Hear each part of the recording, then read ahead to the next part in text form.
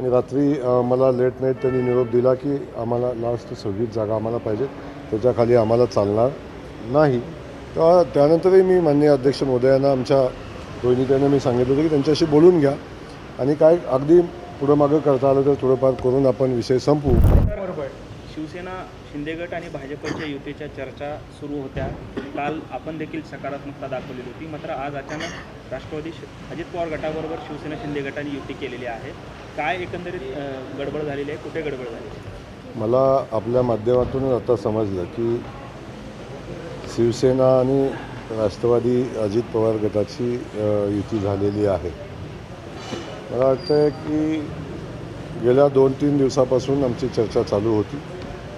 खास करून राज्याचे मुख्यमंत्री आदरणीय देवेंद्रजी फडणवीस साहेबांनी शिवसेनेला सोबत घेण्याच्या सूचना आम्हाला दिलेल्या होत्या आणि त्या अनुषंगानं आम्ही चर्चा पण केली.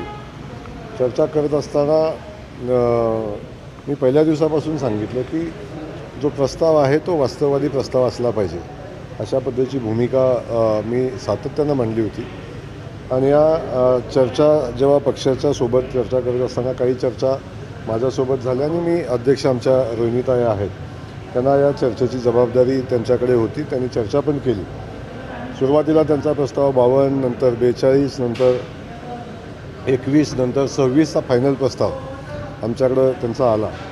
आणि अशा परिस्थितीमध्ये आपण बघतो की भारतीय जनता पक्षाची शहरातली ताकद, मी कोणाची ताकद कमी आहे असं म्हणणार नाही, परंतु आमच्या दृष्टिकोनातून त्यांना एवढ्या च्या बाबतीत चर्चा आम्ही सगळेजण करू म्हणून मी सांगितलं होतं. परंतु एका दिवसातच ते असं होतं की आम्हाला आजच सांगा, आत्ताच सांगा, अशा पद्धतीची परिस्थिती होती. आणि रात्री मला लेट नाईट त्यांनी निरोप दिला की आम्हाला लास्ट 26 जागा आम्हाला पाहिजेत, त्याच्याखाली आम्हाला चालणार नाही. तेव्हा त्यानंतरही मी माननीय अध्यक्ष महोदयांना आमच्या रोहिणीताईंना मी सांगितलं होतं की त्यांच्याशी बोलून घ्या आणि काय अगदी पुढं मागं करता आलं तर थोडंफार करून आपण विषय संपवू, अशा पद्धतीची भूमिका मी अध्यक्ष महोदयांनी त्यांच्याकडे मांडली. आणि मला वाटतं ह्या सगळ्या भूमिकेच्या पुढं जाऊन आता त्यांनी त्यांचा निर्णय घेतला असं समजतं. तर आता भारतीय जनता पक्ष आता मैत्रीपूर्ण लढत करेल. पण मग भाजपचा